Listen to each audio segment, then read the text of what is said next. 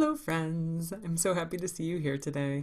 I put on a bandana and I have on some glass beads because I needed to splash things up a little bit. Um, I've been thinking so much lately about this, obviously the pandemic, and it's something that like comes into every single part of everything we do, right? And for me, one of my best writing tricks for myself would be that I would go on a retreat, right? Like I'd take a week away if I could. I'd go to a writing conference sometime during the year, and that would really be my time to like refresh and write something new and work on something and kind of inspire myself to create. And then the rest of the year I would spend like revising and fixing and editing what I had. But that moment of like new creation, right, would happen at like a conference or would happen at a week away, right? Because I'm not one of those people who can do the everyday creation like in my house, like because I just feel like there's so many other things I need to be doing, right?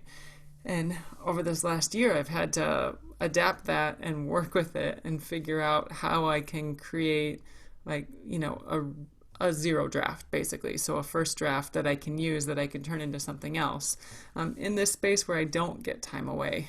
And I know a lot of you have that same situation where you don't get to go away and work on something and come back, right? And it's, yeah, it's a whole different way of writing, and it's a whole different way of thinking about writing, and it's probably more intelligent and smart to do it on a daily basis and to be able to create but for me that being able to immerse myself in a world so completely and not feel like I have to do the laundry or take that stuff to Goodwill or I don't know, walk the dogs or like you always have your or list, right? Like I could be doing this or this or this or this. So for me, really, this year has been a lot about adapting and figuring out how things are going to work a little bit better and a little bit differently. Maybe not better, and in some cases they're not working better, but they are working as much as they can.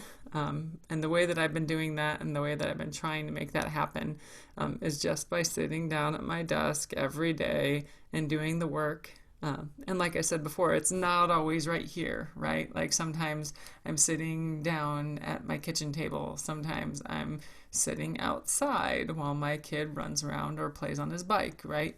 But that idea that I'm just getting the words down, getting them on the page, trying to create and trying to get into that zone of creation and making new things so then I can really take them and edit them and make them better.